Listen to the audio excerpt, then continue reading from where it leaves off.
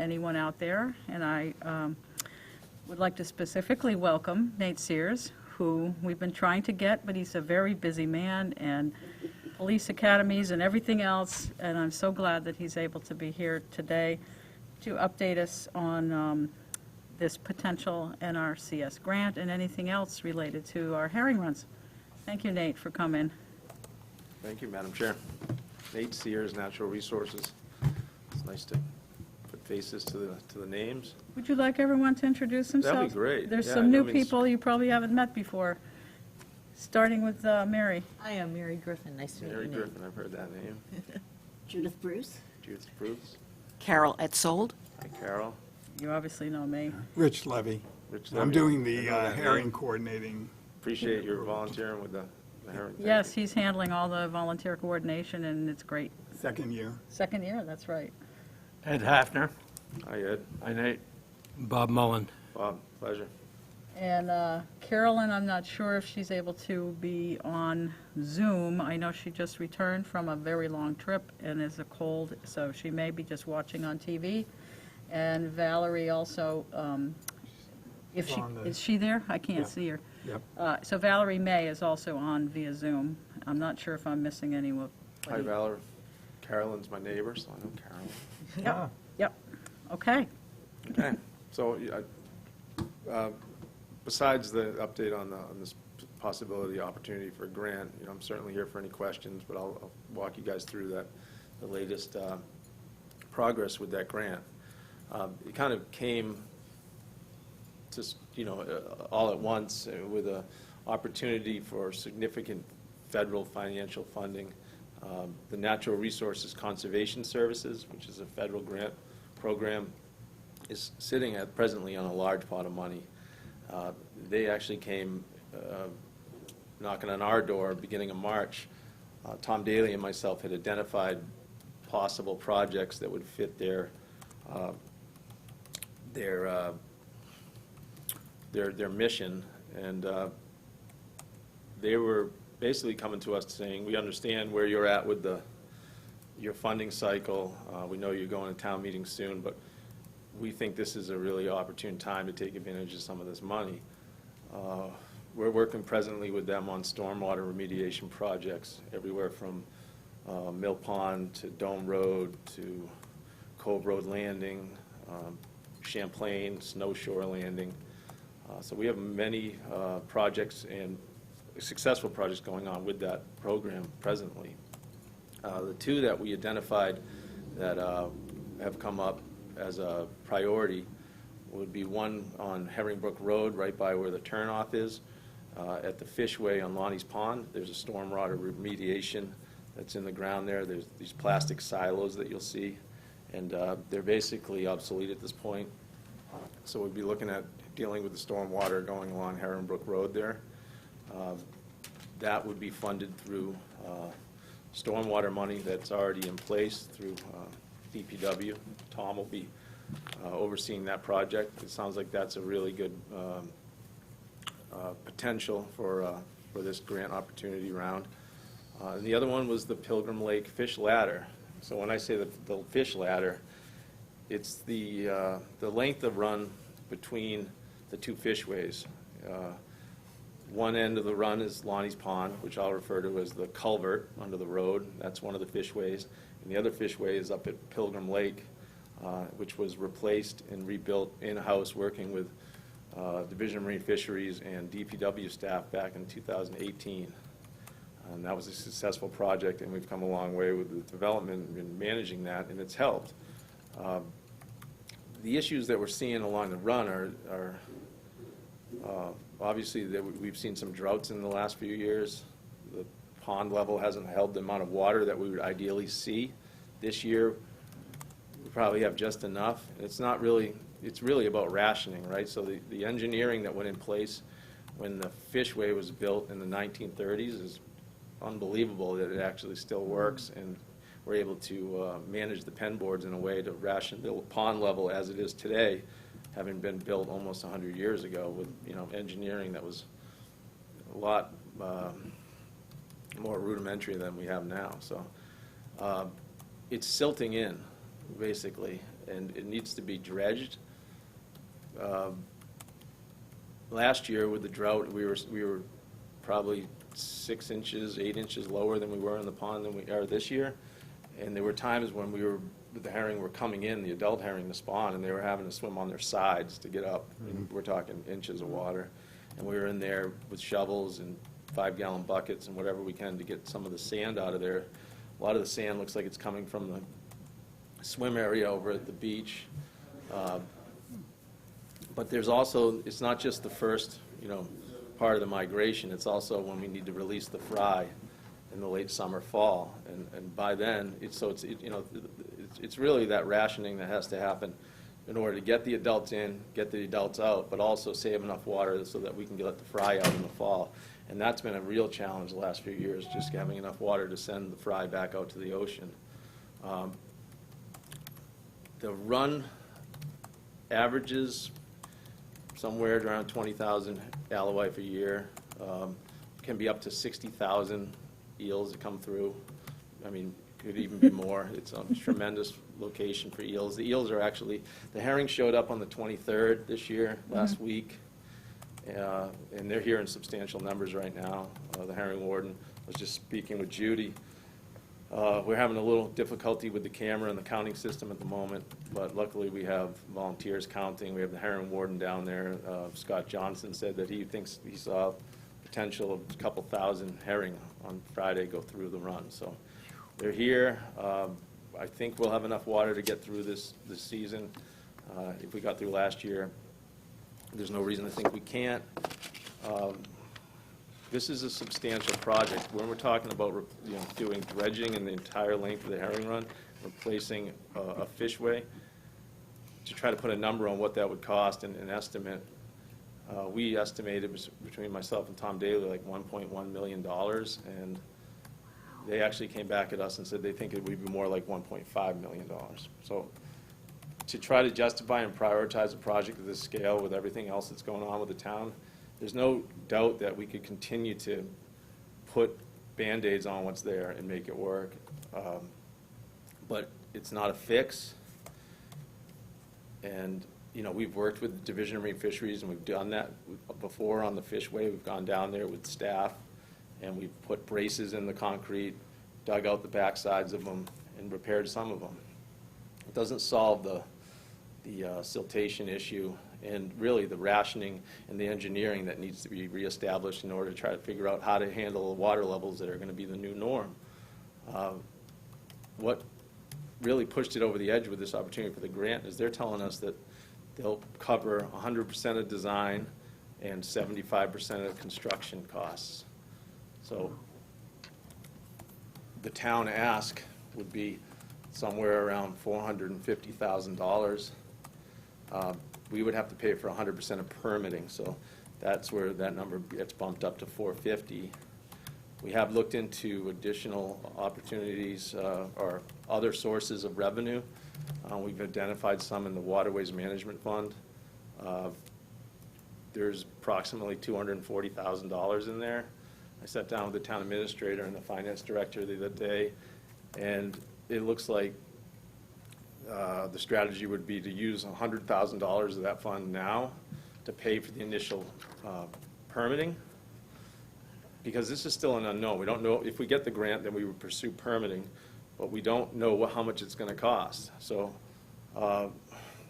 basically what's going to be listed in the warrant, if it gets pushed through in the warrant, with the support of the select board and support of others, would be $100,000 be transferred out of the Waterways Improvement Fund, and then a $350,000 ask, but that's not present money, that's just an authorization to spend. It's not like, and that would be for the construction piece, and that would be more likely to happen in 3 or 4 years. Like, it's a long road to get, this is a really significant project with a lot of permitting, property easements, everything to try to get this done. But the good news is that it would be a 100-year project. I've spoken with Division of Marine Fisheries, Brad Chase over there.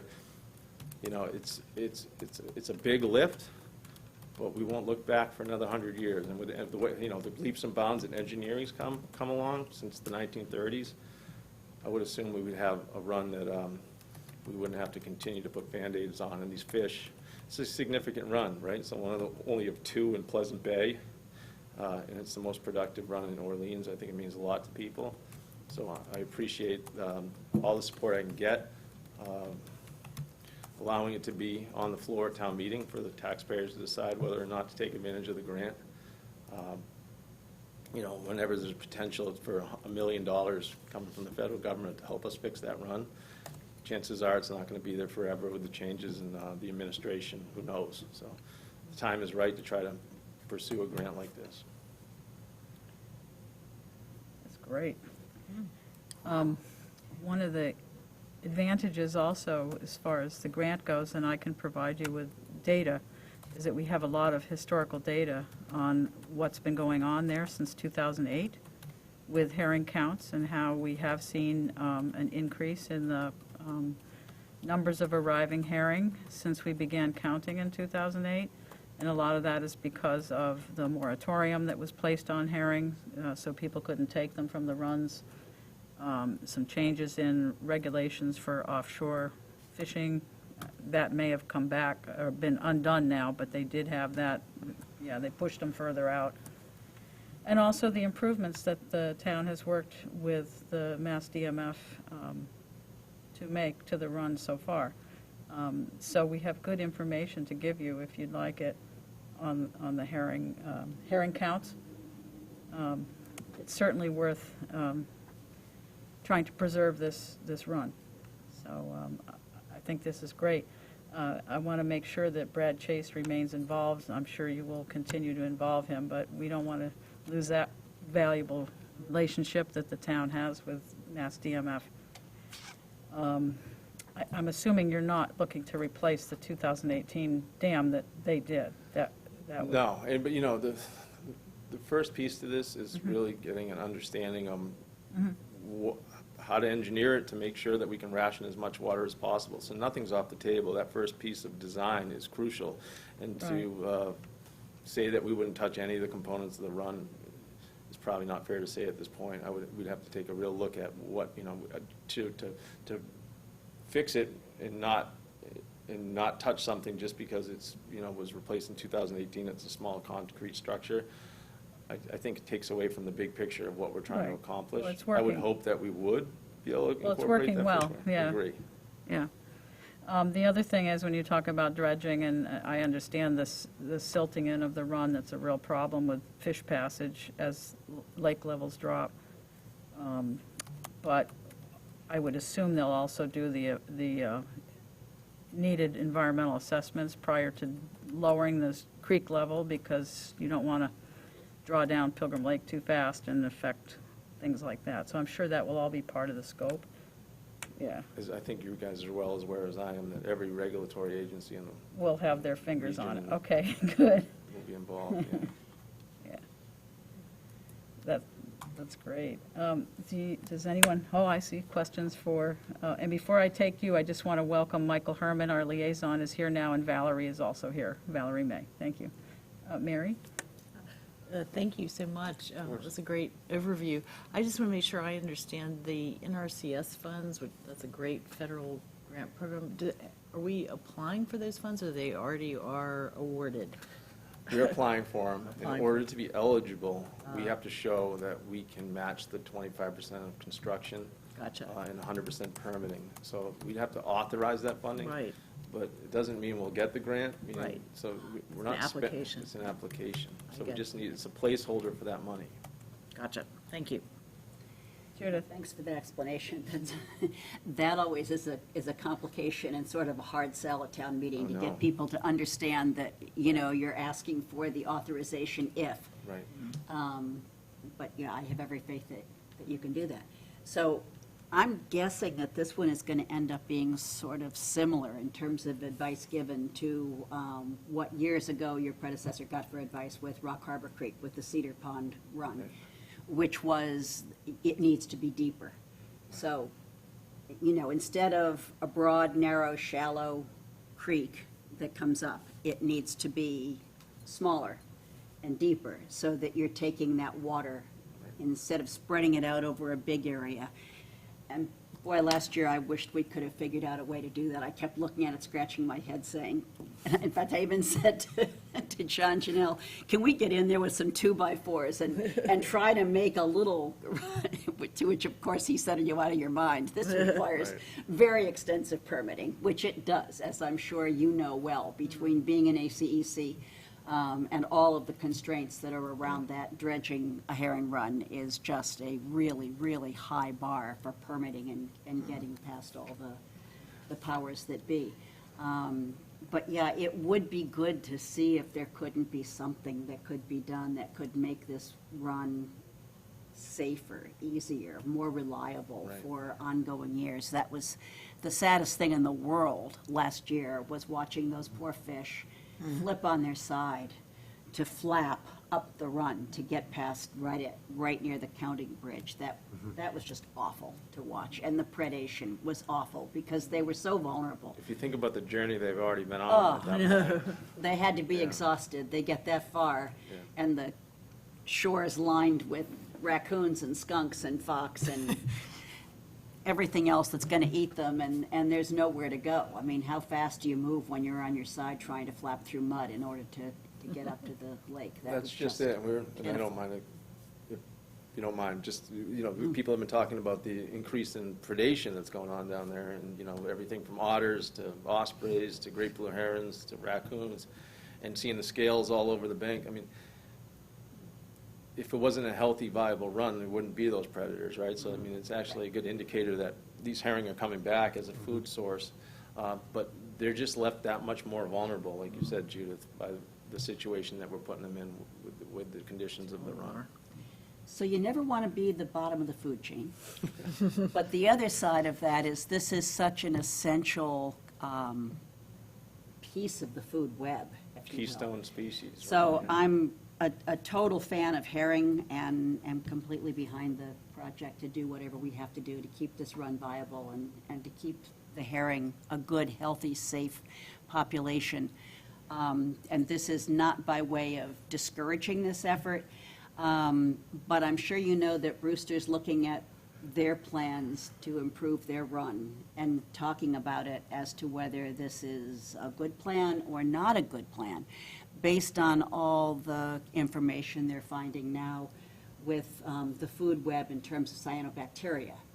So that little plankton, Daphnia, loves cyanobacteria and eats cyano like a lion. Unfortunately, the absolute favorite food of herring fry is Daphnia. And they've got some clips showing the herring fry selectively going for the Daphnia out of a water column. I mean, literally looking for them, finding them, and pulling them out. So a really good herring run means your Daphnia are gone. And when your Daphnia are gone, the cyanobacteria explodes because there's no predator on that. So it's a fascinating study in the importance of the food web. Again, I don't say that means that we don't encourage the fry. I think that is just such an essential part of the food web. We've got to do it. I wish we could figure out a way to propagate Daphnia so that throughout that food time, we could be feeding Daphnia into Pilgrim Lake to get the Daphnia eating the cyano and to provide more food for the... I like your way of thinking, that's outside the box. but If you know of that- anybody right. out there farming Daphnia, let us know. We'll see if you Competing can't make that interests, part of the right. grant. Well, the Some of the good, biological supply houses farm Daphnia because they sell Yeah. them to high schools and Right. to colleges. Oh, okay. water flea, right? Planting a Water flea. seed Water right here. flea, All right. AKA water flea, But I don't know if they do them in the quantities you're talking about, but they might. yeah. Or would as the cyanobacteria goes up, does that cause more Daphnia, which balances it out up the Unfortunately, I think chain? by then they're gone. Ew. You know, the Because fry are here early, so they're sort of here before the cyano blooms and really comes to. Gotcha. So the good news is that if Phase 3 happens, then that will improve water quality. Yes. And it will decrease the cyanobacteria Right. Right. levels. So, all good. All good. All good. I'd like to ask Yes, Ed? Nate about the $1.5 million price tag that's on this project. Sure. That seems quite high. I know you don't have a design yet that's going to be coming in the future, but I was over at the Stony Brook run yesterday just to see if there any herring were coming in. They had 78 up to this point, so. But that one is very elaborate with, I don't know if you've seen it, but Of course, yeah. yeah, with the various rock pools and leaps and whatever. Is that something that might be a design here to justify that 1.5 million price tag? I don't foresee that being as elaborate as the Stony Brook. I think that Right. this is, it's such a complicated project in the access, if we're talking about dredging the length of the run, anytime you're dealing with dredging, it gets incredibly expensive with And getting rid of delicate the spoils, access for machinery. The good thing about this is, and it does sound extremely high, right? That we have complete control over what we decide to do, meaning like we can control the scope of the project and work with the designers to figure out what works for the town of Orleans, meaning like, we might not be pursuing the $1.5 million project when we see the alternatives. But we can't get there until we have a design in hand, or Right. options for designs, or having that conversation with the engineer. So I think we're trying to cover ourselves with the grandiose idea Right. and the authorization of that money, but by no means does that mean we're going to be spending that money. So we're going to make sure, working with Judy, working with Brad from Division of Marine Fisheries, working with Conscom, that whatever we decide to do fits the model of what the town's vision is. Yeah, it's attractive to think that 75% is being covered by the grant, but still, we have to look at the costs, yeah, Totally agree. It sounds like a lot of money. yeah. Judy? Oh, I'm sorry, Mary. Just Thank you. one last quick question. It sounds like it would be great for this committee to offer a letter of support for the project if it is put on the warrant for a town meeting. Would that be helpful to you? Mary, that would be fabulous. Would I volunteer was to going to draft mention it? that. I was going to mention that also, and I certainly, as an individual citizen, will strongly support it at town meeting. And she's going to draft it. Mary, thank you for offering. I have I'd some, coordinate with you, so I get have the some real information data. correct. I have some real data I can actually be give you great. to throw in, so that would be great. Do you want to mention the video? In what context? I was going to I'll throw follow. you with that. Well, I Okay. was going to follow up before Nate left, but I was going to kind of jump in afterwards and just update you on some of the technical information. Rich is going to update later on, also on the Okay. count. So, but are you asking about the situation with the video?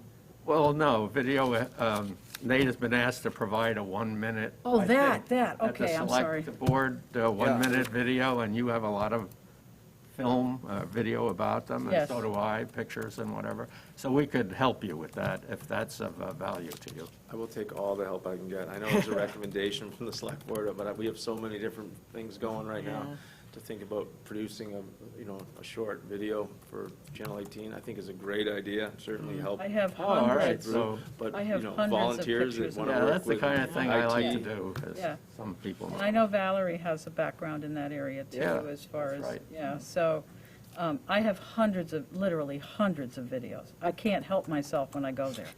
Pictures, pictures, Yeah. pictures. I was doing it Exactly. last night up there. So lots of material to give you. Well, if you're handing it back to me, is the question of whether I'm actually going to be able to pull off I creating see. a video between now and town meeting. Yeah. So I'm that not mi- realistic, because I don't want to tell you I'm going to do something if it's not going to happen. But I can certainly, with volunteers, have input and provide narrative. We can get Mia from IT, she's incredible at I think Editing that's something that movies. Ed and Valerie could put together with I've seen Ed's done great videos for OPC. He's got that talent, and that's something we can take off Nate's shoulders and. Yeah, it would be and run fun for us. Ed, please. I could use all the help. with. Okay. Even puts it to good tunes.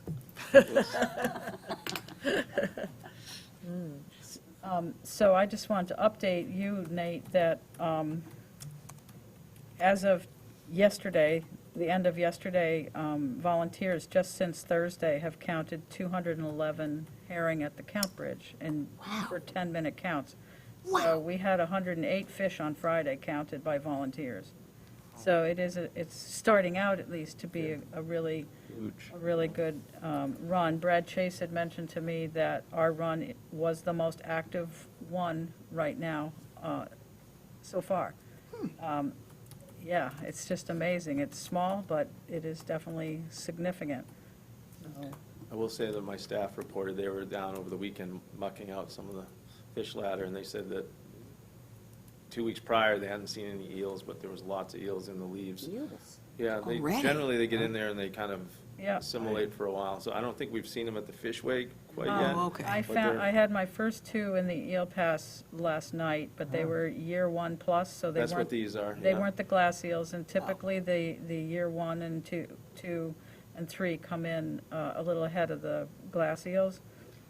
Speaking of leaves, we do have a lot of leaf buildup. I know people, somebody was that you, Rich, who mucked it out at the bridge recently, but it's still, there's one small narrow path for the herring. It's filled in again with leaves. Okay. And I don't know what to do, but I'd like to do it before the glass eels really start coming up, because they're going to have a little difficulty passing. It's way over on one side of the run, Yep. which as water levels drop, that's going to become shallow, and then they are faced with getting through this much leaf litter there, right by the count bridge. I don't know how far up your crew went. We'll, I'm Make sure sorry, that not happens. like you aren't so busy, worries. but, They're- I mean, we can try. who doesn't like going down the herring run, right? So Right, I don't think there's worse things I could ask them to do. Well, they may not have come up past the old ladder system, so, and we have tried. We've had two, we had one clean out, and then I know Rich went back there just within the last few days. I'll make sure it gets taken care of. Well, not to pile it on you, because I was going to try to get in there with a rake and do it again, but. I'm sure there'll be more. I know. Sorry, Bob. I Sorry. was just going to throw it out there, if you want to advertise for volunteers, maybe get a bunch of us to Sure. Do go it out there, again. just make it. Yeah, let's Real take easy. that off your plate, Nate, unless you really Well, have like time. always, we're going to Okay, continue to keep an eye on it, but anytime you want to be volunteering, go down and remove leaves from the herring run, don't feel like it has to be formalized, please do. right. Just We be have a conscious broom, but that it's there not are good enough, eels so we need to in get the back in leaves. there. There are eels in the leaves, so just be conscious of that when you are, Okay. don't. Yeah, and we tossing didn't them see too far them away at- from Yeah, the we run, didn't see 'cause them in they're the gonna wanna cleanout. get We back. didn't see them when we were doing Yeah, the I was cleanup. careful to alert people when we did the very first clean out Yeah. to look for them, and there were none, and I came along behind and I looked in the leaves, and not one. I found one juvenile sunfish about the size of a quarter, that was it, which I put back in the creek, but, It does sound like that's changed in the last couple of days. okay. Well, typically, I know that you see them down in the Salt Creek at Lonnie's and in the lower part, but they haven't shown up in any numbers that we've seen so far, so, but it has to be done soon. And when we did the clean out, we made sure the leaves were right at the edge of the bank.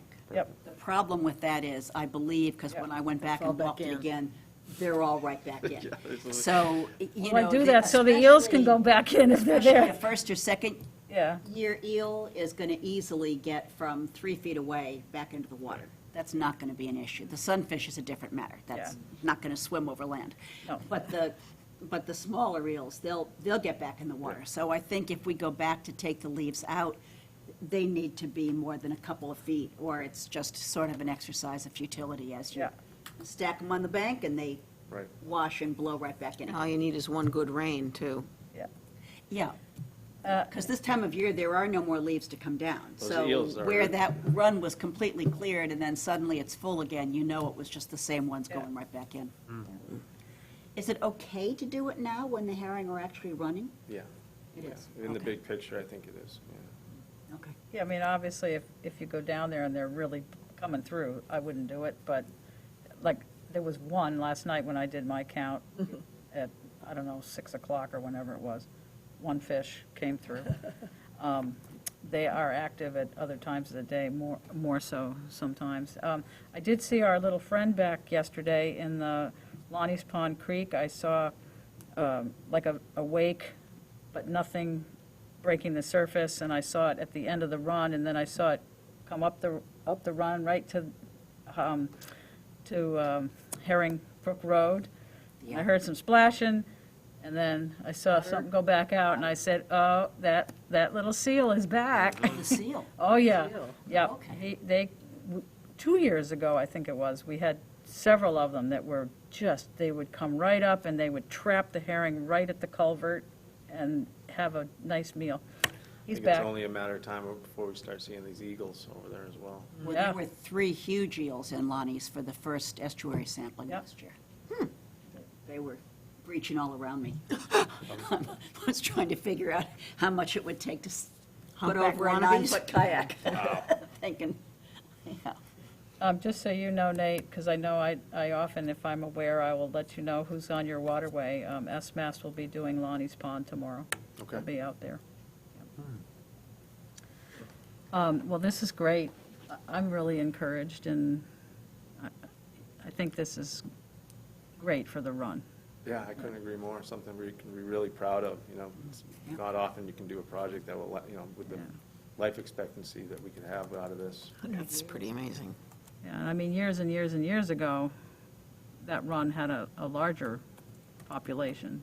You know, we've never gone back to that, so. I love the idea that it's, you know, it's a small piece of our community that can give back to the overall ocean, right? I mean, Right. This is the Right. forage species, keystone species of the entire ocean, so Yeah. it's pretty special that we have that run in our town and we can do And something it will help like the this. eel, too. Yeah, of And course. maybe, I was chatting with Brad Friday, you know, maybe even reintroduce white perch, which used to be there, Yeah. but are no longer in Pilgrim Lake. Yeah. So, I mean, there's a lot of positive stuff.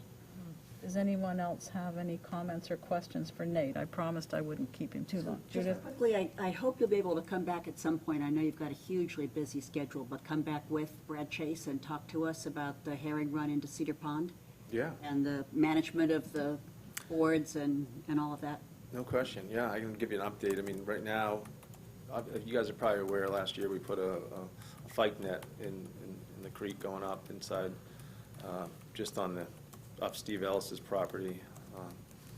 And we started consistently catching aloe in it, you know, 2 or 3 at a time, and there was a muskrat in there that would, making it very difficult and taking advantage of us, you know, trapping the herring. And then one night, I think like about a week and a half into it, we caught almost 100 herring in one night.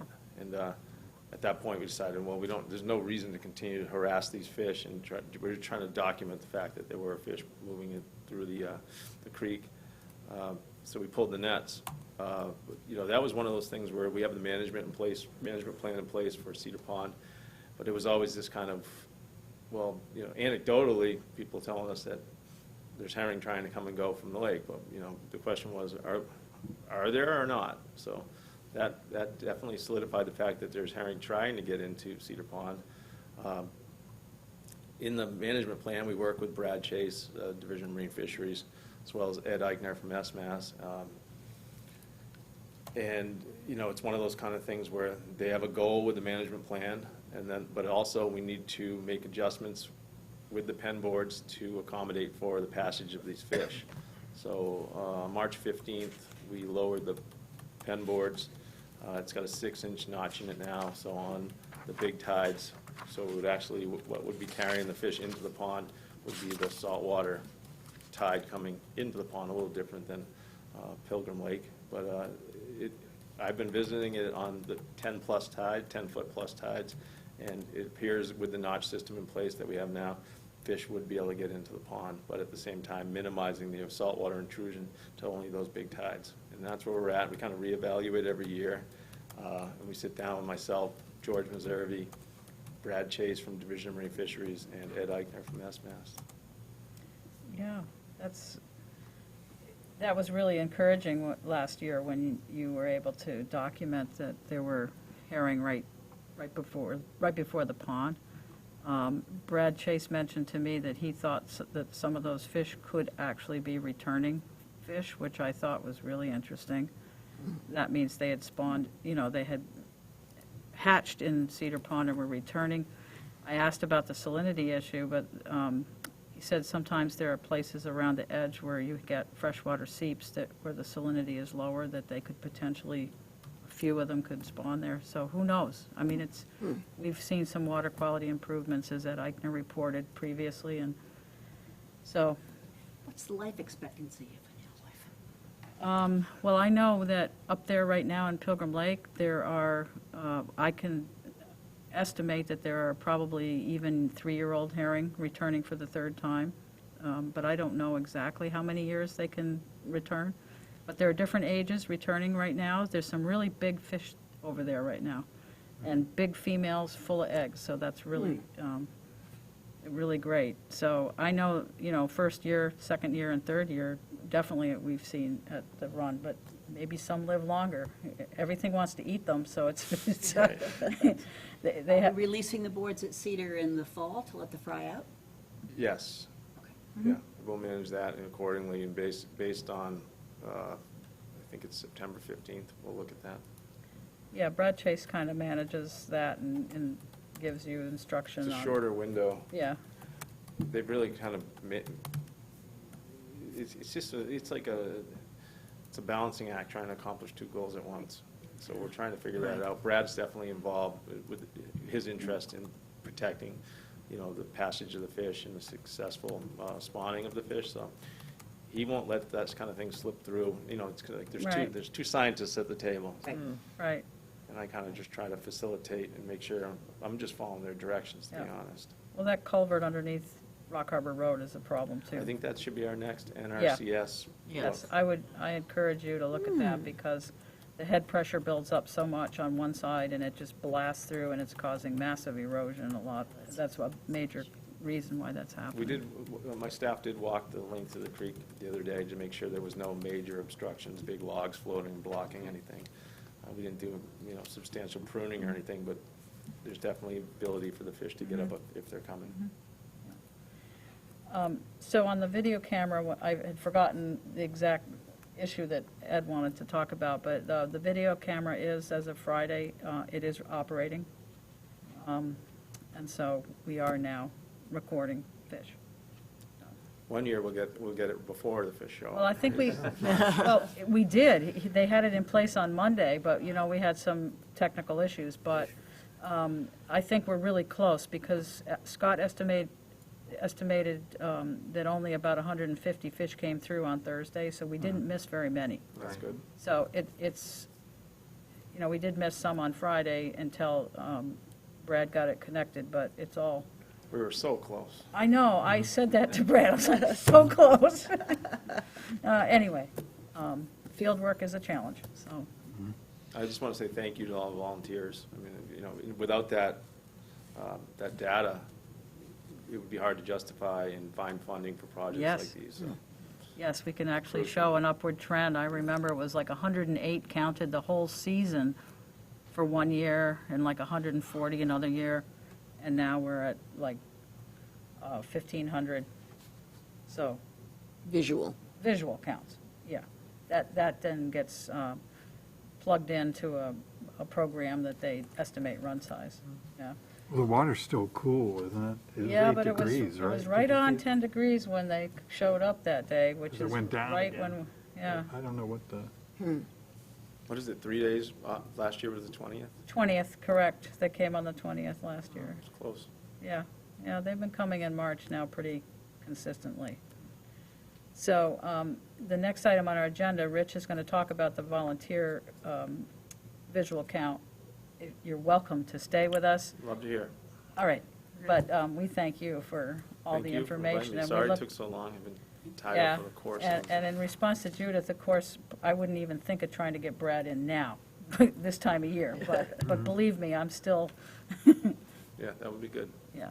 do you want to just complete your the technical report? Well, I kind of did. I mean, we have the Yeah, video okay. running, the eel pass is in place. We had 2 year 1+ eels Making last sure. night. 200 and, what did I say, 211 eels, herring counted so far by the volunteers. Coverage on the weekend was excellent, really good. So Yeah. That's So- all, I'm not going to Yeah. continue any Okay, longer, good. but it's all Yeah. good. We're off to a good start. Oh, big muskrat, too, up there. Besides the otter, A lot of- biggest It's muskrat longer, I've isn't ever it? seen. Yeah, I saw that. That was big. Well, the predators are there in Everything force. eats Harry. And he's not afraid either. Wow. Right up. And these are all down at the Lonnie's Pond. No, this is at the top of the Oh. Yeah, at the top of the run is where I saw the muskrat. Right at the top of the run. It's probably the one the kids were enjoying last summer. Could be. He's a big boy. Yeah. Anyway, so we're only missing a couple slots that I've been covering, and they're the same slots I always have trouble with. I'd inherited Team 2 last year from someone else, and so I'm actually still covering two, actually maybe three of those slots. So they're Friday and Saturday morning, 8:20, and for some reason, I got people at 7:20, but when it comes to 8:20, no one wants those slots. So we had our team meeting, which I talked about, I think, last time, the team captain meeting. And I sent out a note to all of those people who we believe might be interested in filling in, and I've only got one person that responded in a negative. So I think we pretty much exhausted our list of substitutes, other than those people, some of the people on the committee here, and some others who have been volunteering for quite some time. So we've cleaned up the list. So I'll send out a note again to my team, but get to the captains and ask them if they would all send out a note Yeah, I to think- see if anybody wants to do another slot. Because sometimes people do. Yeah, they do They're willing to do sometimes. more than one. And now we're all we've got a couple people doing that, but I'll do that again and see what they can do, or maybe they can find someone else. But, yeah, so we started off really, as far as I know, with only 2 slots, and I covered both of those that weren't filled. Well, you shouldn't have to do that. Yeah. You're So doing a I've got lot. 4 or 5 now, so. Is it appropriate to suggest to the volunteers who have the adjacent time slots that they could just double Hang out. count A for little 20 while, minutes? Right, straddling the edges of the time periods? So- I know that's a little bit more Yeah. difficult because it's straddling teams. And then it's not random. Yeah, so we're The trying to, algorithm requires it to be random. Yep. well, Yep. officially, Can't straddle 'em if intentionally. you're in those time slots, I think that it still fits with the rules. But in fact, and I said I've, been working on that master list of things to do.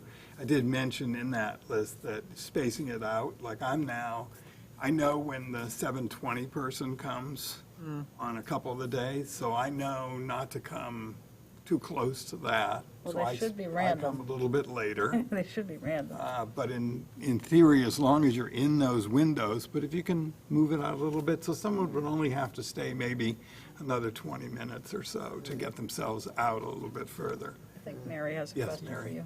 Rich, I wonder if you might, you said it's the Friday, Saturday times that you have trouble filling, and, like, I personally would be willing to do I do Thursday afternoons, but I'd do another shift, but I think the hesitation for me is, like, occasionally I do go away for the weekends, but I think Yeah. you might get more volunteers if you could say, if you're going to be away for the weekend, we will find someone to fill in for you. Like, I'd take a Saturday morning if I know that if I'm going to be away 2 weekends in the time of the herring run, someone could fill in for me. Yeah, so you're on the list. What I'm trying to do, and maybe it's not a good tact, trying to get people who will get into a habit. Yeah, Because the ones that are in a habit stay. yeah, And if we get people that, like, we've got a couple people that said, well, I can only do, March and April. Right. Now we got one captain who's got to deal with the person as soon as May comes. right, they're all So now gone. we got another person who wants that, but they wanted the whole month. So it does get a little complicated. Yeah, I think the best thing is try and get people permanently to one slot they like. yeah, And, we've got people that like that 7:20 slot. They're the same volunteers Yeah. every year, which is great. right, But come 8:20, I think maybe there are family obligations, things of that nature that maybe keep people from, it's like watching all my neighbors heading out to school at, Right. 7, and some are heading out at 8. And so I don't know what the issue really is, but that 8:20 slot has always been a problem. And I've only been, I can look at 2021 last year, and I see the same thing in both of them. But You if know- you guys can, I mean, if people can handle a second one, that's great. My goal eventually would be, without taking anything away from a volunteer who wants to do it more than once, and there are some that do, you know, if I can get these at least covered permanently, it would be great. And then we get new people involved. And, you know, Judith has been very good at getting me, you know, volunteers that were interested. Some people don't even remember what their slot was from last year, and sometimes they don't remember even how to get in touch. And, you know, I think we just need to do a better job all around. And the captains are, you know, already picking up on trying to help out in their own teams, because there already were a couple that had a problem already. Rich, it sounds so similar to when I'm trying to schedule the beaches for the summer. Right. There we go. Yeah. The schedule, everybody, you know, the first question is, do you have any weddings or family reunions planned in Yes. July? Yeah, Yeah. yeah. Miraculously, they all come along, you know? Yeah. So, you know, when you think about it, the year before, I think we had 5 or 6 open slots. And you can remember the original, you know, data sheets when I started, there were a lot of empty Blanks. slots. So, anyway, that's really the only thing I had to update. I've gone out and trained like 2 more people, which is great. And I trained another person twice accidentally. But anyway, that went well because she took the GoPro videos. Oh, that, yes, Leslie, she's yeah. very, So we actually Yeah. have some underwater she photography. just sent them last night, it's great. Yeah.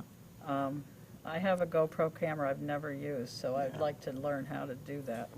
Yeah, so I think to help you out, there's, the volunteers are great, though. I mean, this is, Yeah.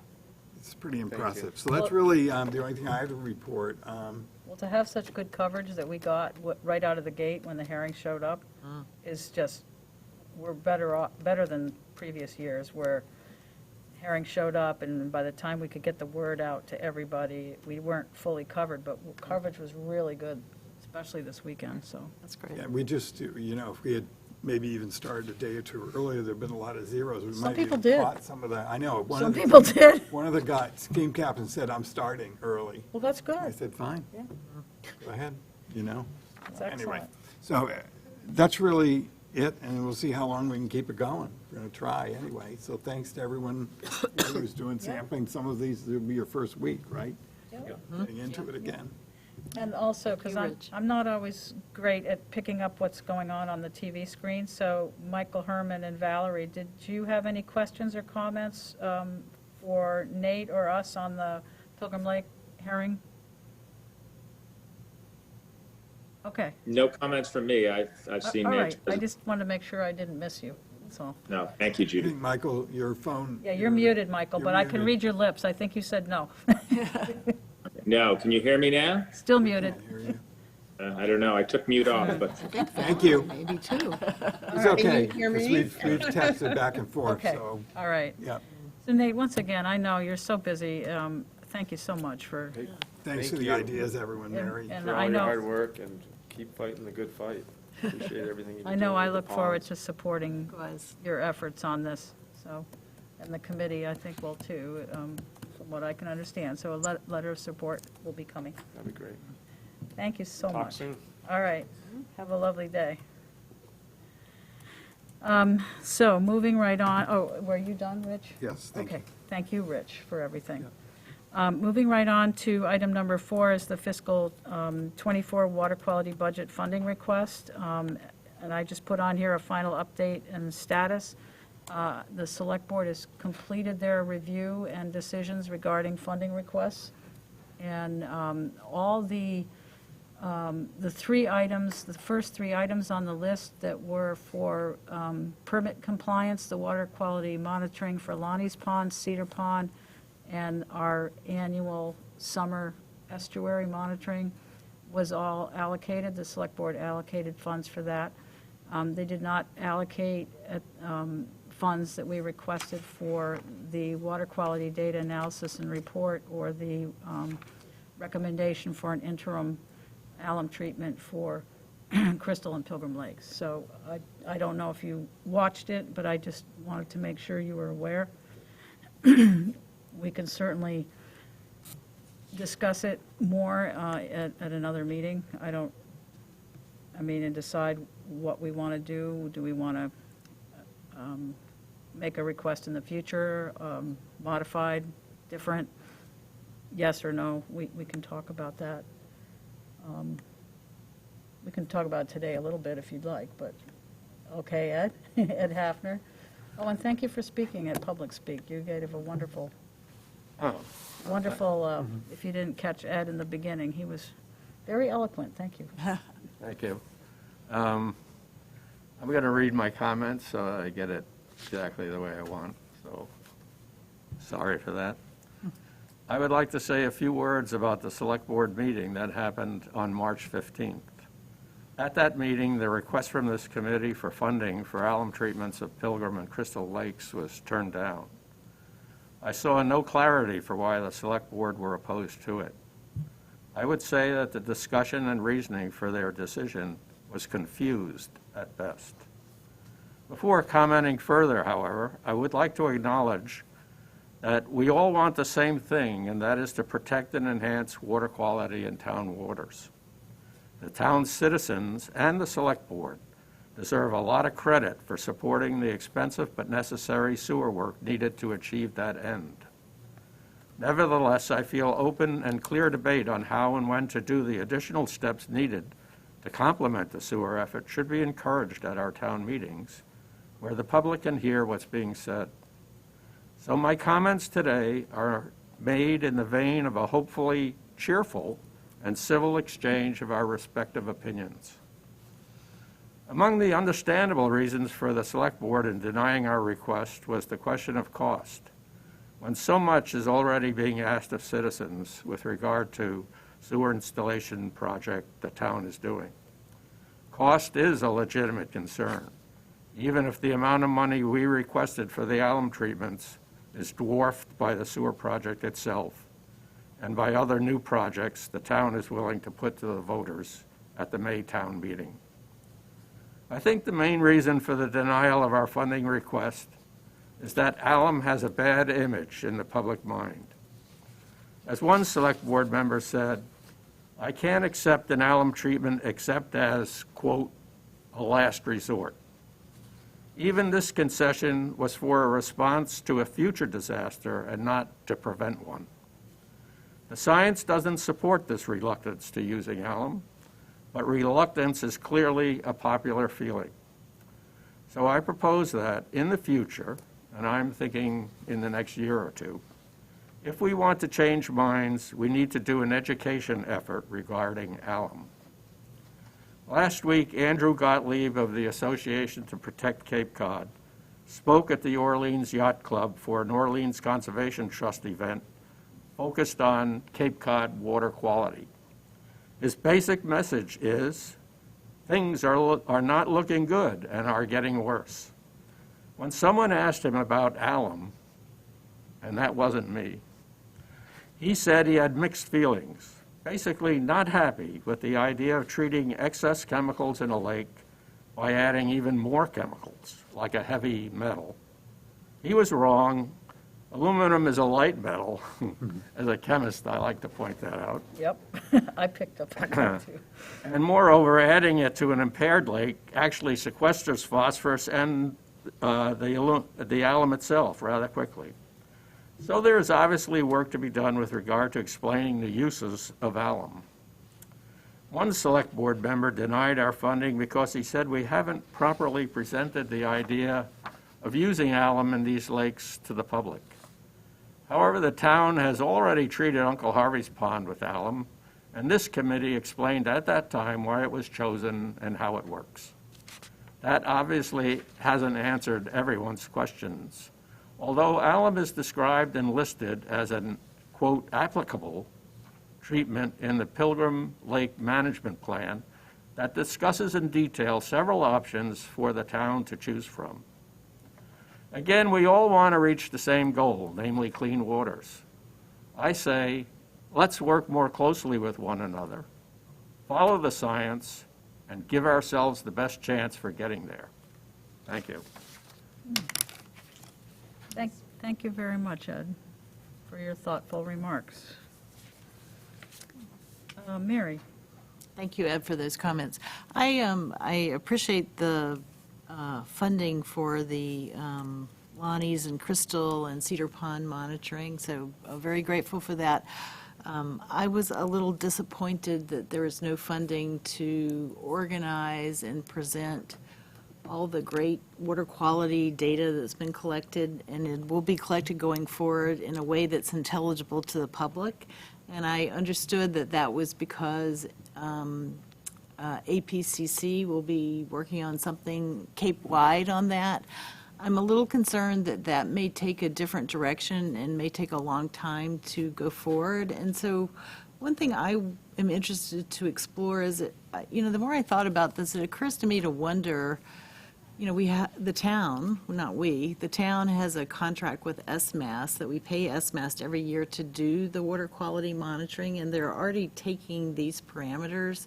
So I don't understand why it is a contract add-on to just pull out 4 or 5 parameters in a way that's more intelligible to the public that the town could post on its own website.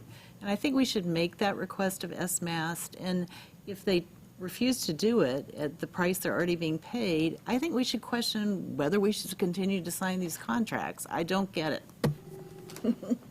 I agree with that. And I think that was raised. I'm trying to make a at the note. last meeting, I I do don't know think that that that exercise would also involve interpretation of the data, because it hasn't been updated since 2019, I believe, for either the estuaries or the freshwater ponds. Right. So that does require some additional technical expertise. We also had asked for a data summary that would bring us current from 2000 or whatever, when we started, all the way up to the present. So But I think I feel strongly we really need to impress on SMAS. They're not just collecting data for the purpose of collecting data. They're collecting data so citizens can understand it, use it, and act on it. I agree, Mary. And I think, as we have discussed in previous meetings, there's 2 things. One is the data depiction, and the other is the analysis and interpretation. And yes, I agree, we do need interpretation and analysis.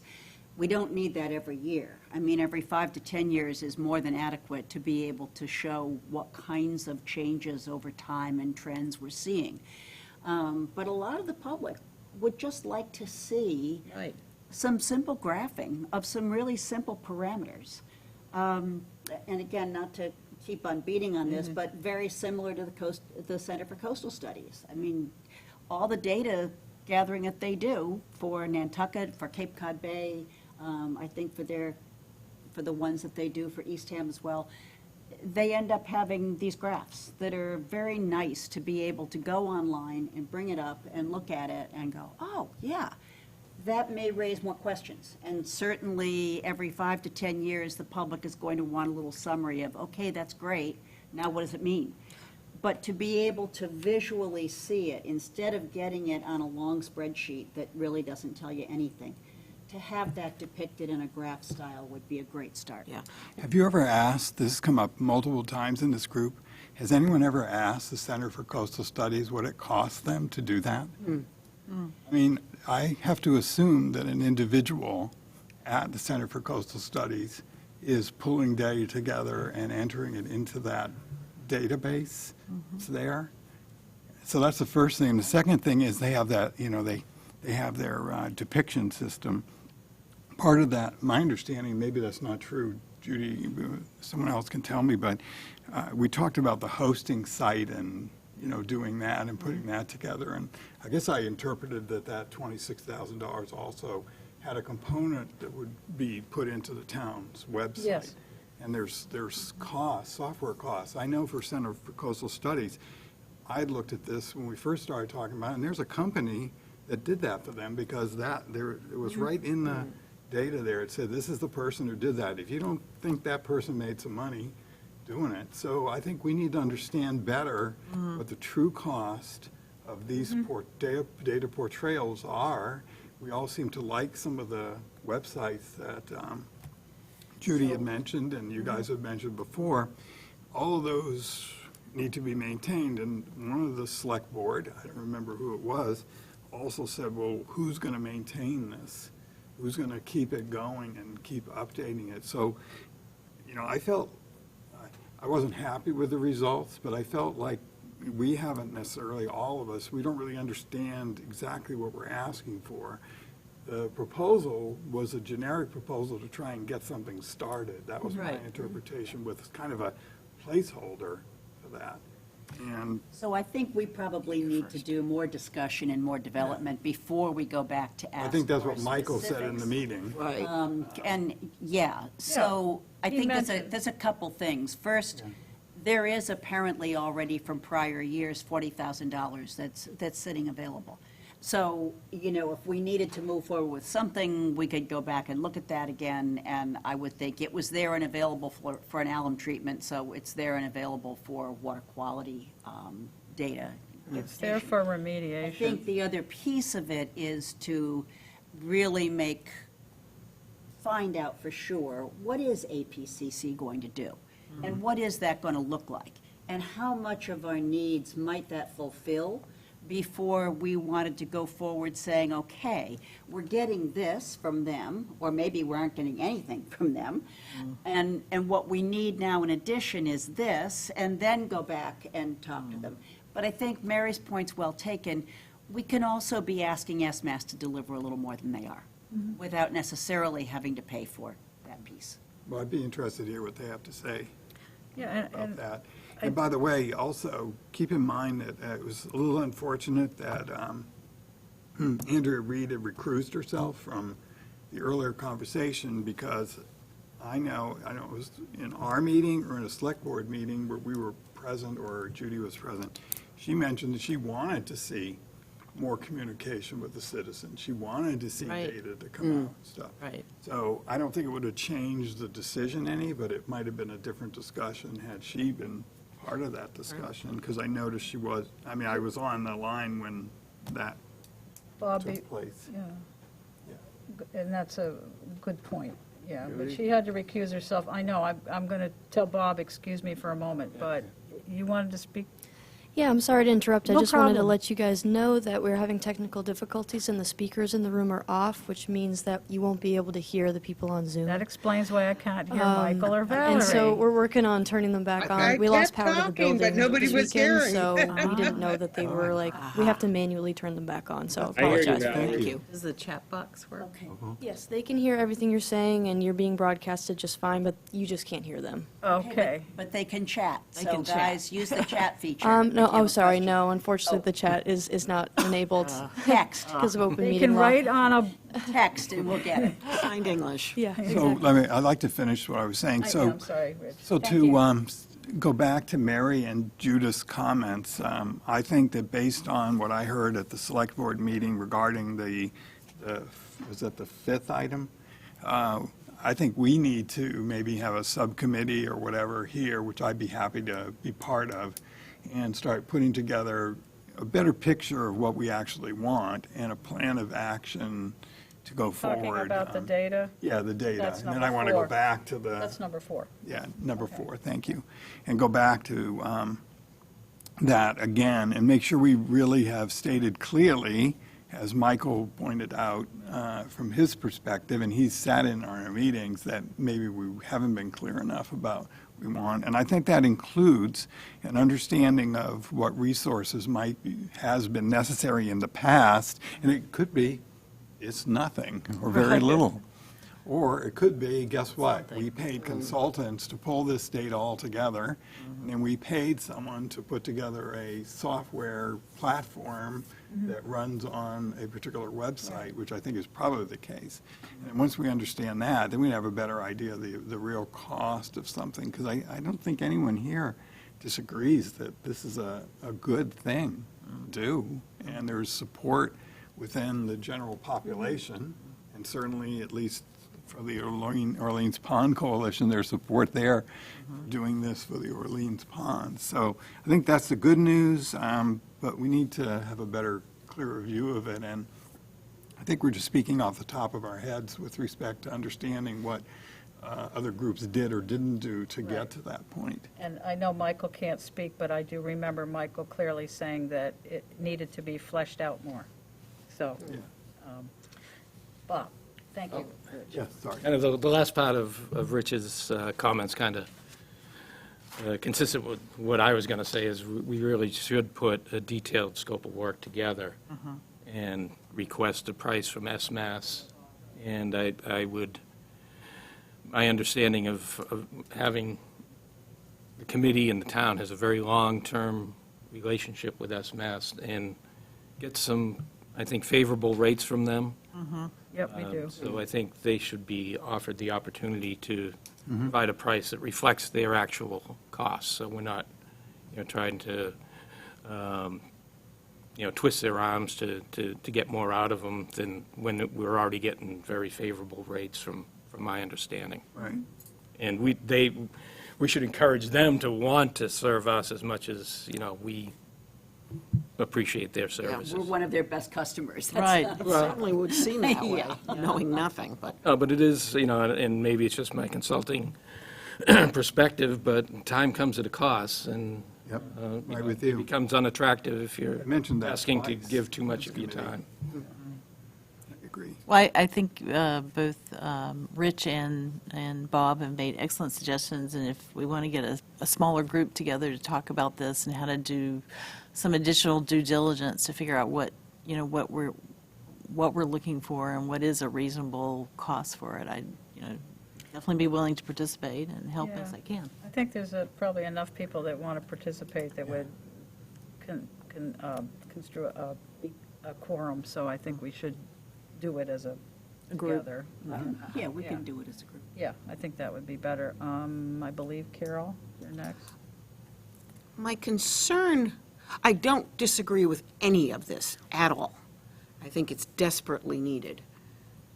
My concern is sparked by something that Ed said about people, both citizens and people who serve the town.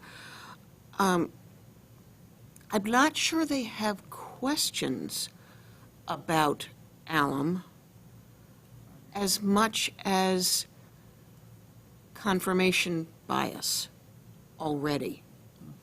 That I think so many people have this negative image of alum that is going to be very, very difficult to change. And confirmation bias means that you take in information and fit it into your already preconceived paradigm. And I think that's going to be a hard hill to climb over, and which is why I think we need our citizen understandable site or presentation as quickly as we can do it. What I think I see is not, I wouldn't use the term data in presentations to citizens. I see the term trends, and which is why graphs or something that shows in general the broad brush of where this maybe particular factor started and where that parameter is now. But I think data is not our goal. It's trends. And look, because they're going to, I think people really do want an appreciation of the big picture. They want the stepped back view, okay, what's going on here? Where'd we come from? Where should this be taking us? As opposed to getting down at the granular level and maybe even never mention the word data, because then it becomes, oh, well, that's that science elite. So I think Speaking. that's a good point, Carol, and I have been very surprised to find that when I've talked to people about, you know, our data, our information, what we have gathered, and what do you want to know, and what do you want to see, I've gotten surprisingly different responses than I would have expected. Yeah. And some people just want to know some really simple, maybe 2 or 3 parameters at most.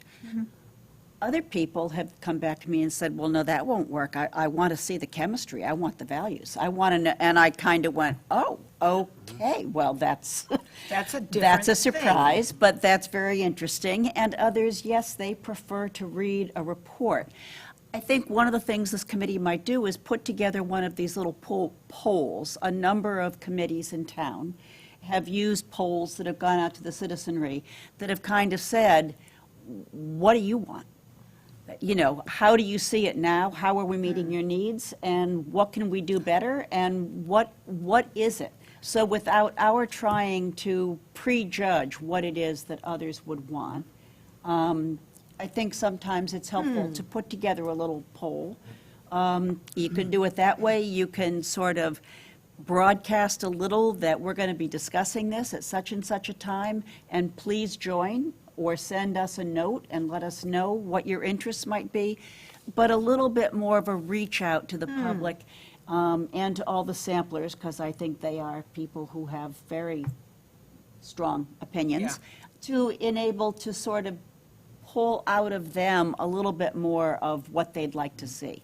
So I think that could be a really helpful first start. Because I think, yeah, because people are sitting and listening or reading or watching any kind of presentation, and I'd be willing to bet that at the back of their minds, the questions are, why should I care?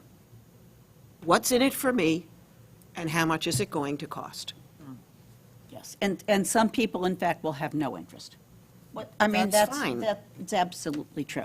Well, it's not fine, but that's, Yeah, no, I think can't it be is fine. concerned about Not every single everyone has issue. the same interests, Right. and so, yeah, it's not But- water quality is not a burning desire to understand more for everyone. right.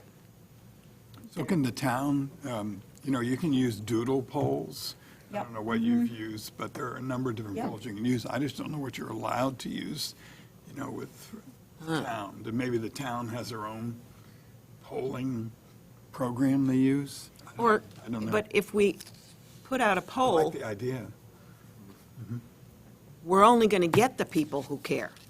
Well, that's true, Yeah. but those who don't care, why would we care what we're giving them? Because they're going to vote it down when they discover how much whatever it is costs, because they don't care about that You thing. can ask. So, but you it can may ask not the be a question. big cost, because it's very possible that all people want is a better way of looking at their data. And that isn't going to be a big cost item, and that ongoing, we'll continue doing the every 5 to 10-year summaries and analyses and reports that we have been doing and getting from SMAST, and that's going to meet the need, and we can all go home. So I think that's a great idea. So, just to follow up on the data issue, you know, I've said previously that with regard, because this came up at the select board meeting, with regard to the regional efforts by APCC or the Cape Cod Commission, I've always felt that we should support those efforts, contribute, and everything else, but you know, for what we want to do here for the town, you know, we need to better define what we want to do locally, what we feel we need to present in order to respond to the requests from volunteers and citizens. You know, and we did have some examples, I think the Martha's Vineyard ones with just the short, I think there were 2-page summary sheets on each pond. I mean, that's something that would not be as expensive to do. So I think, maybe if you would like, next month, we should put that back on our meeting and try to Sounds good to me. flush out, as Michael said, Sounds great. some of the details that we might want them to consider at a future town meeting, maybe for the fall or something. If it's the consensus of the committee that we want to still pursue pursue this effort. Great idea. We'll get better information on funding and more details. Unfortunately, we were going to provide some more technical details that would have gone to the select board, but our request went before we could put those in there. So that didn't help the select board in being able to evaluate our request quite as well as they should have. With regard to the alum, it was clear that there's a lack of familiarity with the long process we went through with these recommendations that we put forward in the past, and there was a public process involved too. However, at least my interpretation of the results of their meeting, at their meeting, is that the select board prefers to wait and only look at the alum as a response should there be a cyanobacteria bloom. So a wait and see. I don't agree with that. I think preemptively eliminating that threat is a better way to go, but they have decided that this is the way they want to go. So as far as I'm concerned, I'm not going forward. I wouldn't want to go forward with any further request at this time because I think it's clear that this is what they've decided. I wish Michael could speak, but Well, that's they what I decided heard. it for this year. It this doesn't year, mean that's next right. year they might not change their For mind. this year, That's why I correct. was Correct. promoting And I an think education we effort. also need to bear in mind that if we start seeing cyanobacteria appearing in these ponds and/or getting a bloom and/or having either of the ponds have to close down for the summer, there's a fall town meeting. Right. So it is still possible then to request the funds necessary to Yes. proceed with an alum treatment. Yeah, and So that's, I Right. think, from my feeling, Yep. that's where it needs to go. In terms of educating the public, I'm all for education, and I'm totally on board with that. But I was also again, talking about educating the let's select board be too. clear that people who have opinions on alum don't need to be educated. Right. They have been educated. They have formed their opinions, and we all have different opinions, and I think that we need to be respectful of each other's opinions and just say, thank you very much. Right, but some of those opinions are based on misinformation, and that's what That was going to I'm be, oh, I'm sorry. Well, go ahead, Bob. No, my question was going to be, where do I find more information that shows detrimental effects of alum? From what I've looked around at, I haven't found Right. it. Google alum, and I you... have. Oh, all right.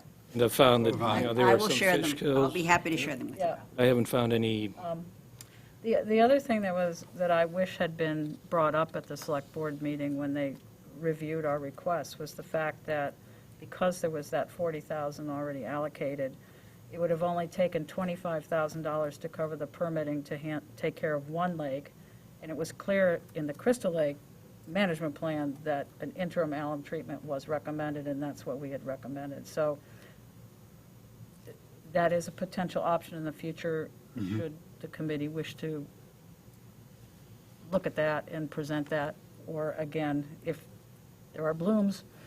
I mean, we know that there have been ups and downs with the cyanobacteria because Ed is doing the monitoring for the APCC program, and we also know A from... lot of people were A doing lot it. of people Yeah. are doing the monitoring. Well, I mean, I thought you were the sampler, though, right?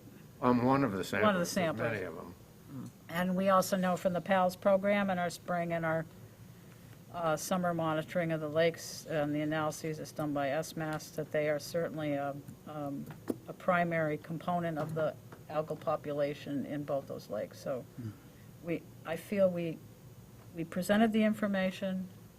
There is a risk there. All the conditions line up at certain times: low oxygen, high cyanobacteria levels, water clarity, and higher phosphorus concentrations. We have put the information there, and they have made the decision right now, so this is,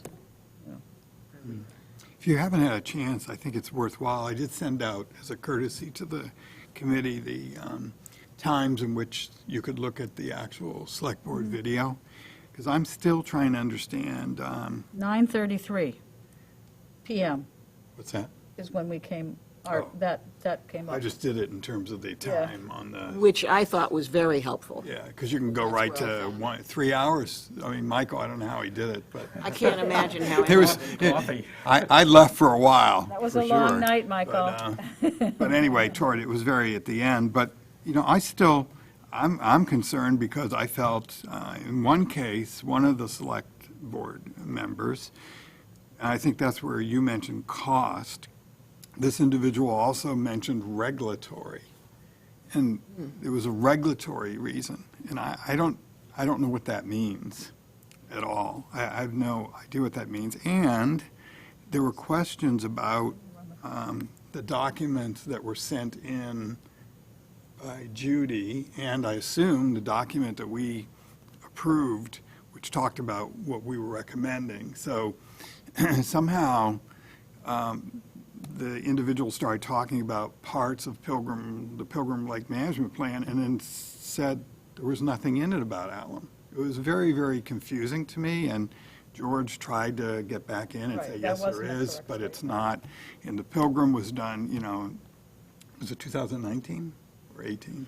2019, but the premise Data was that was from sewering 18, would be right, done. yeah, That's, yeah. and I don't So- think anybody understood So, the premise. yeah, so I think in addition to that, then the Crystal Lake plan came later, after years have already, gone by, and now, it recommended something different, but the quotes were all coming from Pilgrim, but in fact, Pilgrim did mention alum as a adjunct treatment possibly later.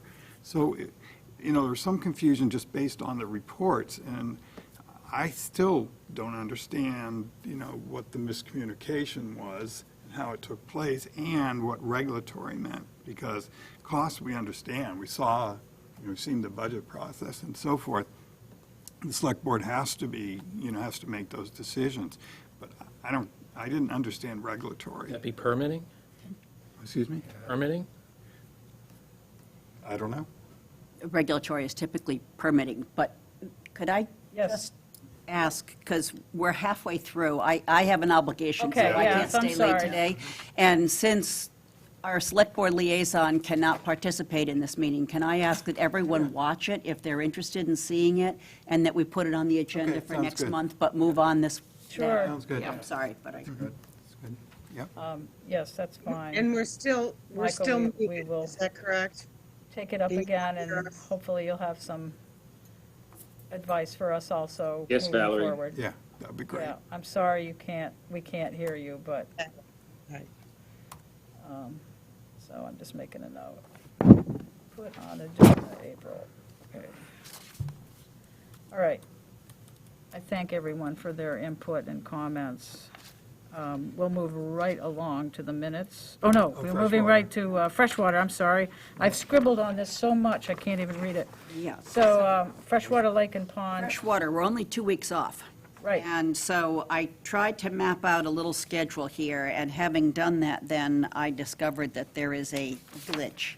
Uh-oh. Yes, so those, and I've checked off where people have indicated that, yes, they're willing to do it, and yes, they're available, but I'm wondering now, instead of Tuesday, the 11th, those who said they could do it on Tuesday, the 11th, would it be possible to make it Monday, the 10th? And it's not Patriots' Day or anything. No. So that's the other thing. I don't know, Judy, if it would still be okay with SMAST. I assume that these dates have now been cleared. Carolyn did some pre-legwork on this, and I think, yes, Carolyn's on with us this Which morning. Carolyn? Except she's probably Oh, not. she's not I Zooming. can see her name up, so Oh, okay. she's, yeah, but, I couldn't see her. Yeah, so I'm not sure There that she is, she okay. can jump in, because She I can't. guess, I don't think she can. I don't Nobody think can. she can. So I can double-check with her again. So first, the first question that I have is, could SMAST receive these samples on Monday, the 10th, if we went with the 10th instead of the 11th? I'm pretty sure they could. It's Fridays that are So no for good. those of you who said you could do it on Tuesday, the 11th, I think Mary and Yeah, it's fine. you guys can. Ed, I think, no, I didn't have you down for the, okay, I can talk to myself. And I think John Duggan was okay with that, too. Okay, so, I will, thank you, that will really make my Well, I've been life a whole talking to lot myself easier the if we could entire do it on meeting, the so it's 10th fine. May instead of the 11th. I'll just change that date. I believe, Judy, April or May? did I say May? Yeah. I'm sorry, You meant April. Right, okay. April, yeah. Right here, yep. Thank you. Thank you. I believe that it's easiest if we have Baker and Crystal on separate days, because they both need the long corded DO meter. Is that correct, Judy? Yes, and I will update on the equipment when you're done, but On Pilgrim, I think there's another meter that is adequately 50-foot long meter, I believe. for yeah. Pilgrim, so that's okay if there's two on that day. Is that correct? Yes, I believe. We have bought new meters also. And are they long, No, are they they are the, long-legged? they are the, no, No, okay. they're the 25, but we do So then the have, final piece, I'm hoping that Carolyn is going to be willing to do Boland and Ice House. But I will have to check with her. she just returned from Egypt last night, so she will. Give her a day or two. I know she is. She's Okay, brave. so I'll- She's brave. I'll check in with you, Carolyn, and see if you can do that and on which day.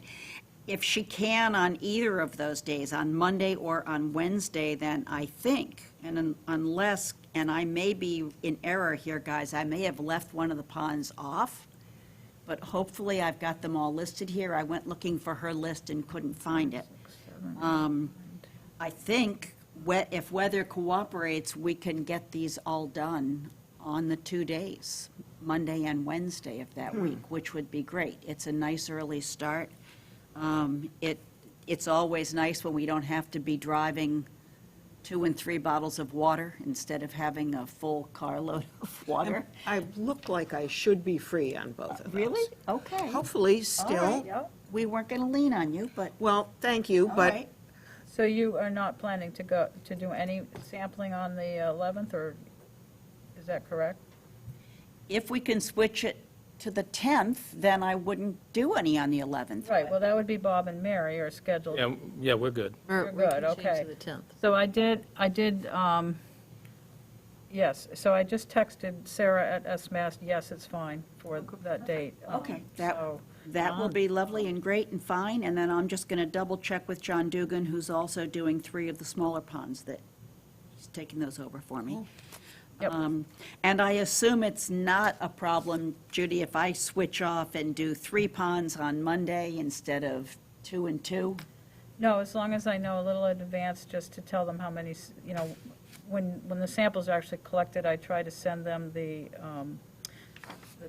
chain of custody sheet, so they know how many bottles they're processing. They get all set up in ahead of time, so as long as I know, Okay. yeah. Okay, so it would be at most a difference of 2 bottles, so I don't think that's going to Yep. kill them either way. So then what we need, and I know John has indicated to me that he would like a little run-through on the protocols before he goes out and does it again. Would others like a run-through on protocols? Are we all set? Sure. Yes? Yeah. Okay, then I'll be in touch with, I know, with Mary, Bob, and John.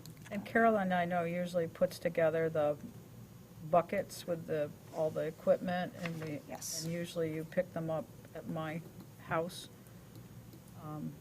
So I'll talk with Carolyn about how she wants to do that, and if she needs help and all that.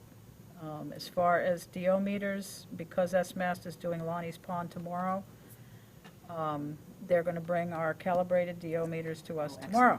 So we will have them. They've already sent the sample bottles, we have those too. So I just wanted to update you on Okay. that. And I can help put equipment together as well. And, We'll talk to Carolyn, and when she's recovered from time difference and everything else, and, it's just sort of hard to believe that it's only 2 weeks off. yep, Oh, yeah. The busy times are coming, that's Yes. for sure. They are. And at this point, I have no update except for Pleasant Bay. I am looking for a new captain team for the station that's right on Namaquoit River, right outside of Aries Pond. So I've put out a couple inquiries to people in that area that I know have boats.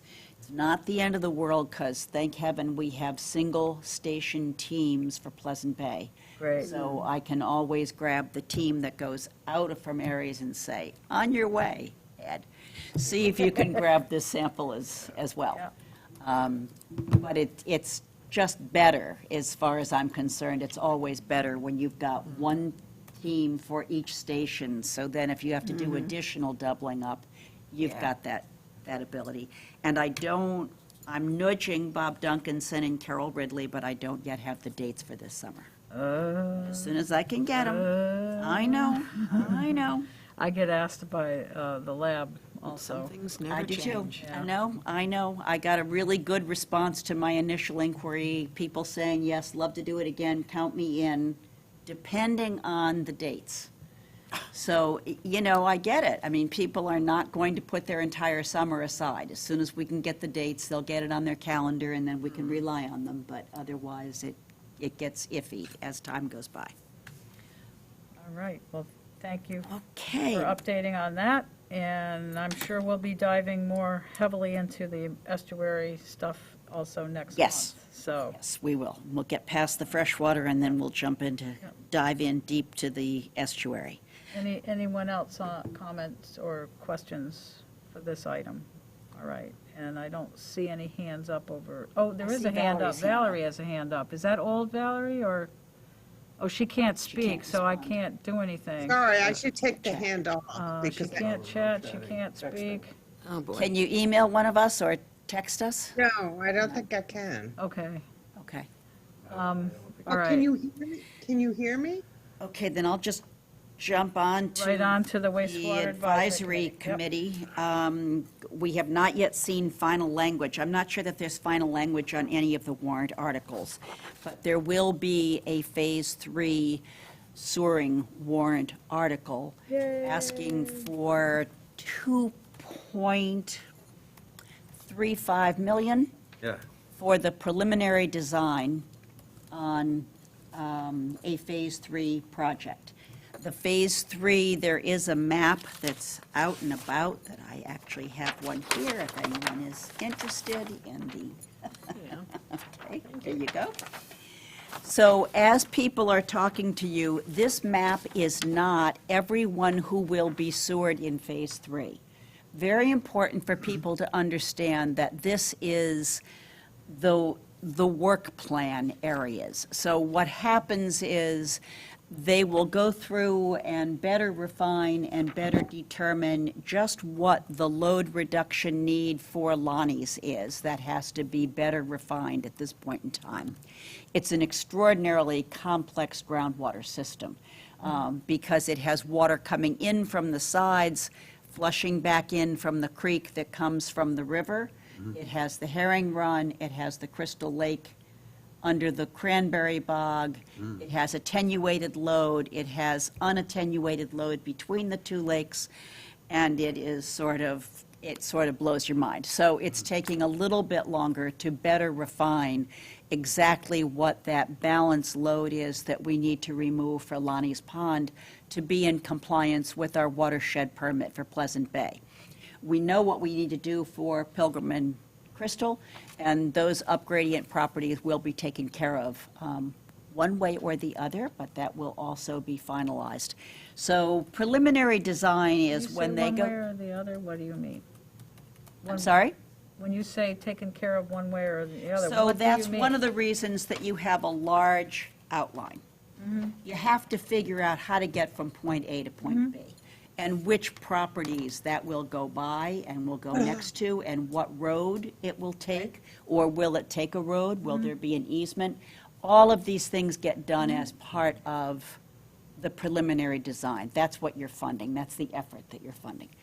And that's why I say we do have a policy, and that policy will be in effect. The town's policy says if a sewer pipe goes by your home, you will connect. This is not optional. This is not if it's needed or whatever. That's just, it will. So that speaks to some of where you go to connect, if you will. Some of those houses may be in, some of them may not. It depends on the route that's taken. Okay. Thank you. Okay, so that's where we are, and hopefully, I would assume that this committee would support that warrant article. Oh, yes, I of can't course. imagine Well, that we would It's not be part- supporting it's- that. It's one of our recommendations, so Right, of course. it's who we are and what we do, so I'm sure we will. That's the good news is that that was one of our recommendations, So this is just great. It's huge. And looking at estimated cost for the absolute maximum footprint of this next phase, it would come in at something like 23 million, but probably less. So that's good news, too. And again, that's not for this year's funding, that's Right. probably 3 years down the road. You do preliminary design the first year, you do final design the second year. The third year then is the funding for the project with the scope of service and the bids. They also mentioned something to do a public slideshow to get information out to the public. They call it a Yes, the PSA? outreach. I didn't quite get that. Can you- So, yes, so putting together a program of outreach to the public to be able to talk about and show what is the work of the committee, how were these things decided, how do we come up with the next phases, what are the phases thereafter, et cetera. So the It said total, PSA, though, I didn't, do you recognize that, or? Public service announcement? Oh, all right, so that's what they were talking about, okay. I didn't Our life register. is Yes, full of acronyms. It's really hard Yeah, sometimes too to many know them all. so you said 23 million total? Yes. That would be to complete these. And again, I even hesitate to throw that Yeah, out it- because, until you've got information that directs a cost, it's really hard to. But just so, Yes, but for this year, 2.35 million. That's the funding request for this year. Your next meeting, Judith? Next meeting is it's a week from Thursday, Okay. 30th, I think that would be the 30th. And that day, there will also be another meeting with Eastham to talk about pursuing watershed permits between Orleans and Eastham for Nauset Estuary and Rock Harbor. Great. And good progress being made there Excellent. as well. So it's all good. That's great. I thank you for your report and update. Next item, last item really, is to review and approve our minutes for January 23rd and February 13th, 2023. Okay, so I'm not sure what we should do. Oh, So I received some very last-minute changes, and apparently I didn't get all of them, and I'd like to make sure that I do get them. you're talking about these, the short Yeah. ones?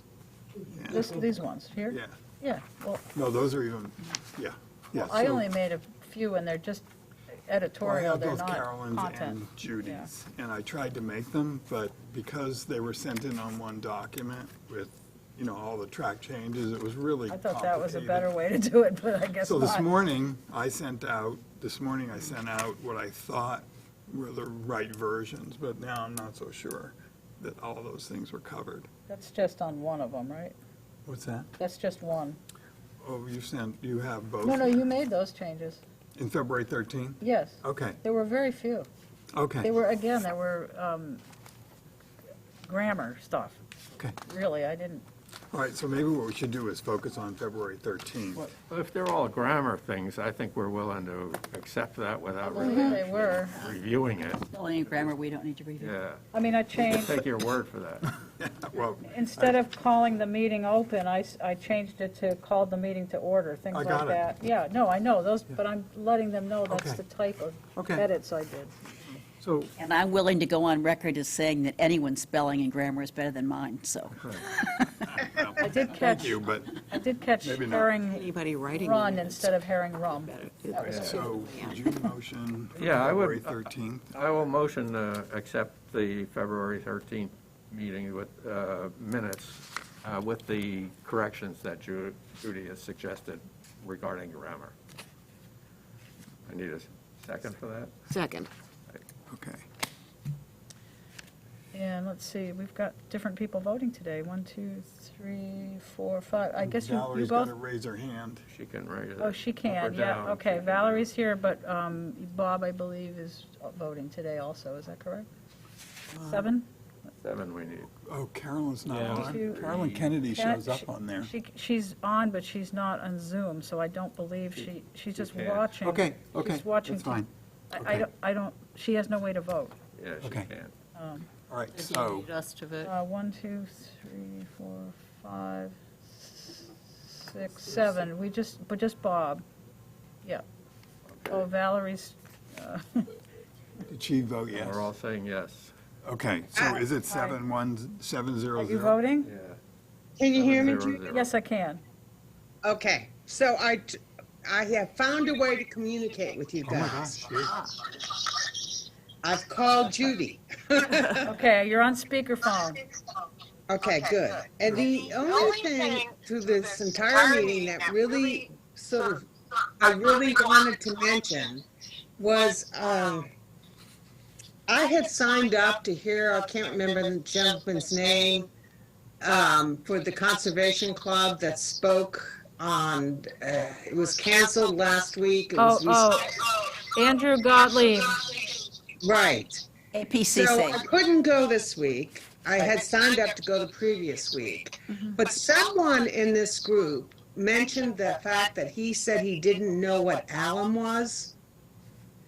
Oh, yeah. It- Oh, he knows what alum is. No, that, he Okay, mentioned it was a so- heavy So metal. what was, so he thought it was a bad idea, or what exactly was, because that is an outreach program. Yeah. So what So- exactly did he so- have to say about it? So, Andrew knows what alum is. He absolutely knows what alum is. And I don't think he was saying it's a bad idea. I think what he was saying is he favors using it only when necessary. And said a he had lot of mixed- people, a preference against it. No, he said he had mixed feelings about it. Well, that's, That's exactly. yeah, that's, okay, I'm getting terrible feet. Was it was a negative reaction. Um, And that is a public outreach program. Right. And so I think that's something that we ought to think about.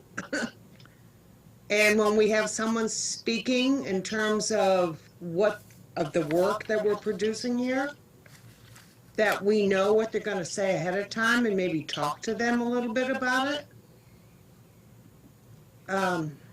So I'm gonna sign off now because I can hear it like ticking off. But that was the one thing throughout this entire meeting, when I heard that said, I just thought, well, how can that be?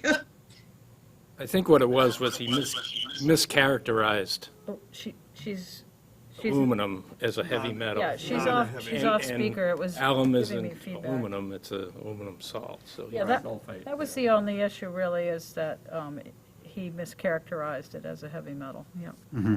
But I agree with Valerie, I appreciate her as far as, we've definitely identified that there are many instances where more public education would be beneficial. And so I do agree with that, Valerie, so thank you for calling in.